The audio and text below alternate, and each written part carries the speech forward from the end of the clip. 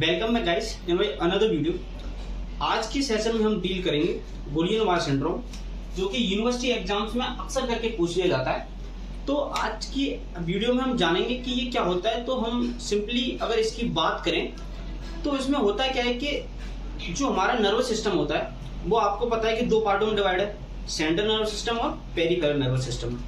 तो ये जो मेनली अफेक्ट करता है वो उसको करता है पेरिफेरल नर्वस सिस्टम को अफेक्ट करता है। उसमें भी जो क्रेनियल और जो स्पाइनल नर्व्स होती हैं उन्हें अफेक्ट करता है। ठीक है, तो हम इसकी अगर डेफिनेशन की बात करें तो इसमें देखिए GBS is a rare progressive autoimmune disorder of the PNS.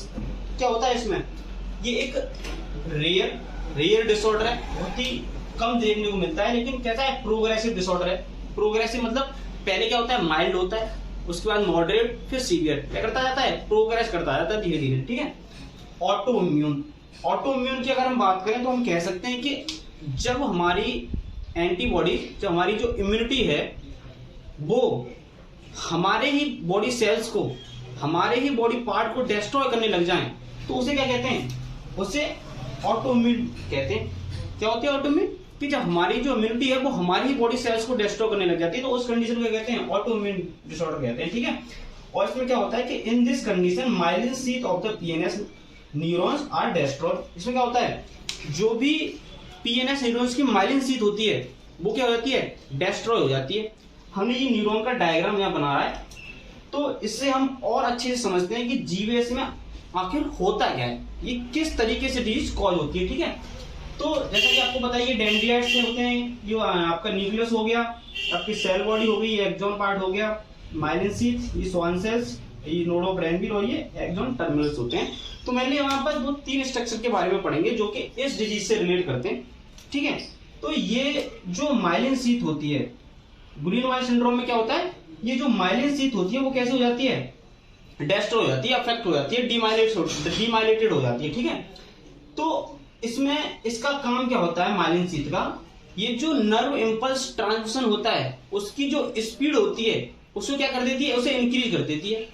क्या करती है माइलिन शीथ, जो नर्व इंपल्स का ट्रांसमिशन होता है एक न्यूरॉन से दूसरे न्यूरॉन में, उसकी जो स्पीड होती है उसे क्या कर देती है, उसे इंक्रीज कर देती है। ठीक है, और वहीं अगर हम स्वान सेल्स की बात करें तो इसका जो फंक्शन होता है वो होता है फॉर्मेशन ऑफ माइलिन शीथ। क्या करती है स्वान सेल्स, जो माइलिन शीथ होती है उसका फॉर्मेशन करती है।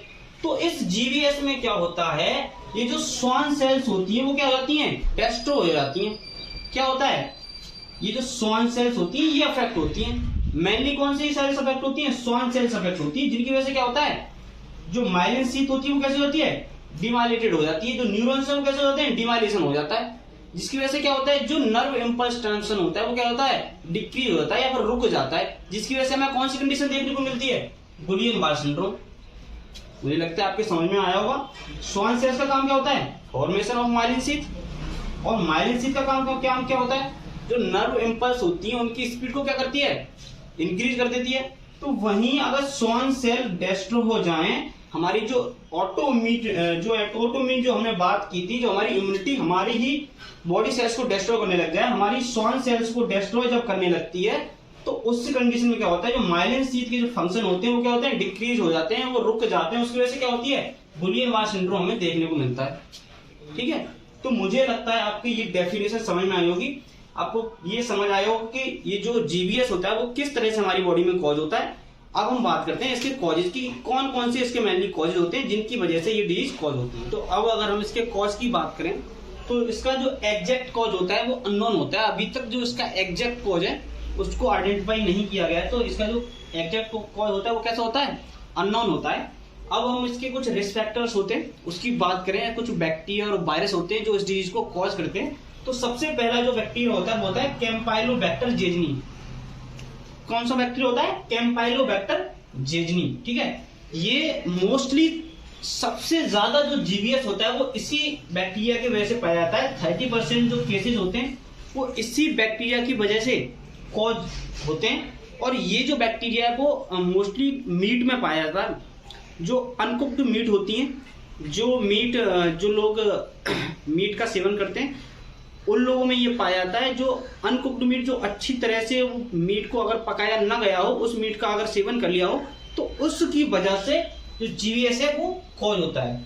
तो मोस्ट कॉमन कॉज क्या होता है इसका, कैम्पाइलोबैक्टर जेजनी 30% केसेस इसके पाए जाते हैं और ये कहाँ मिलता है, अनकुक्ड मीट में पाया जाता है। ठीक है, अब दूसरे कॉज की अगर हम बात करें तो हो गया इन्फ्लुएंजा वायरस, इसकी वजह से भी क्या कॉज होता है, जीवीएस कॉज हो सकता है। ठीक है, कुछ और अगर हम तीसरा कॉज देखें तो होगा साइटोमेगालो वायरस, इसकी वजह से भी जीवीएस कॉज होता है। ठीक है, तो हेपेटाइटिस ए बी सी ई, इन चारों में से किसी की वजह से भी जो गुलियन-बायेस सिंड्रोम है वो कॉज हो सकता है। अगले अगर हम कॉज की बात करें तो हो गया सर्जरी।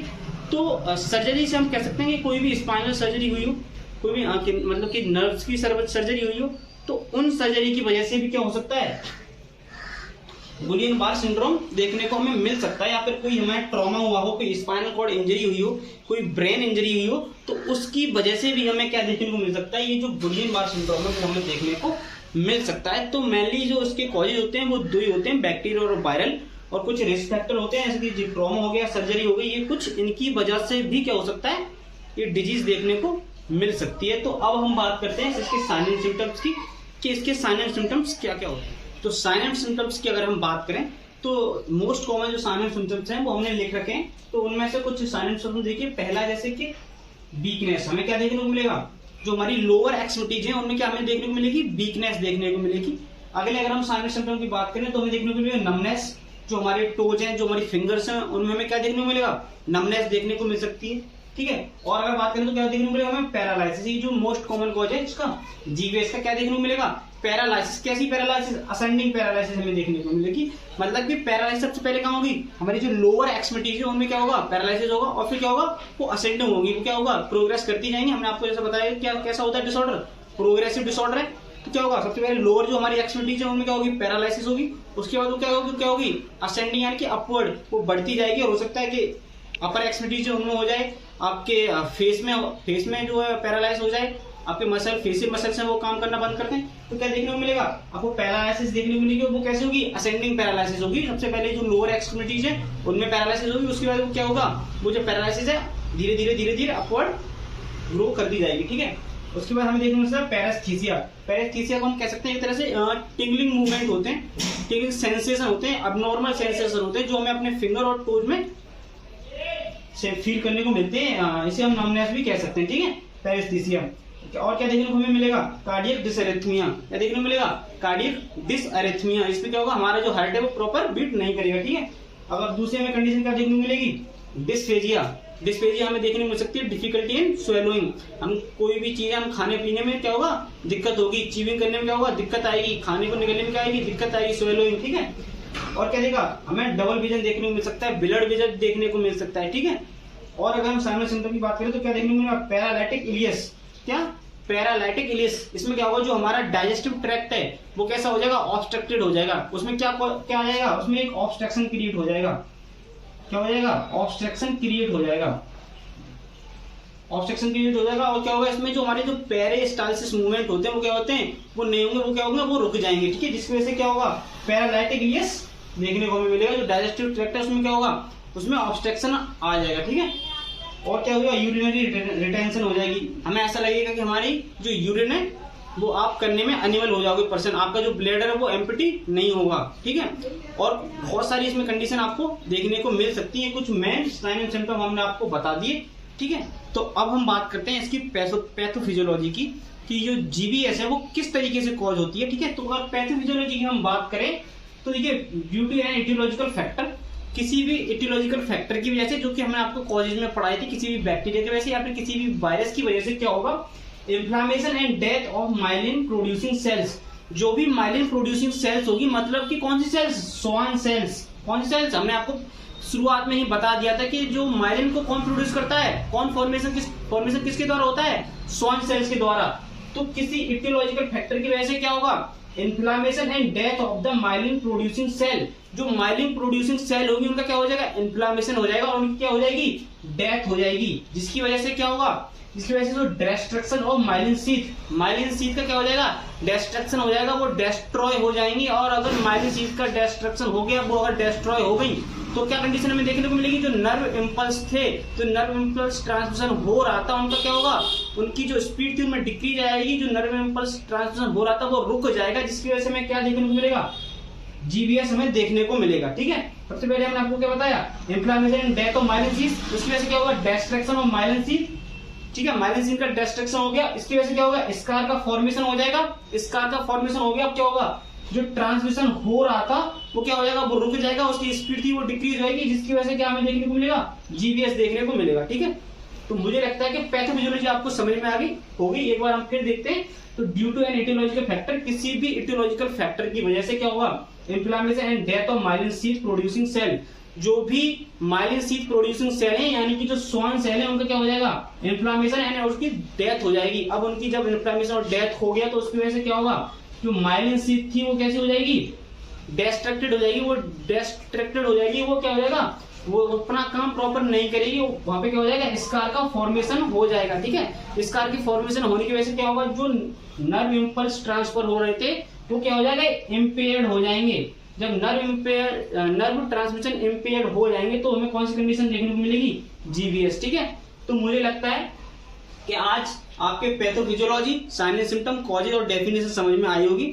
आज की वीडियो में हम इतना ही डिस्कस करेंगे, बाकी के जो पार्ट रह गया डिजीज का वो हम नेक्स्ट वीडियो में डील करेंगे। आज की अगर वीडियो आपको अच्छी लगी हो तो चैनल को लाइक करें, सब्सक्राइब करें, शेयर करें, और अगर आपको इस वीडियो के, इस टॉपिक के अगर आपको प्रॉपर नोट्स चाहिए तो आप कमेंट सेक्शन में बता सकते हैं। Thank you.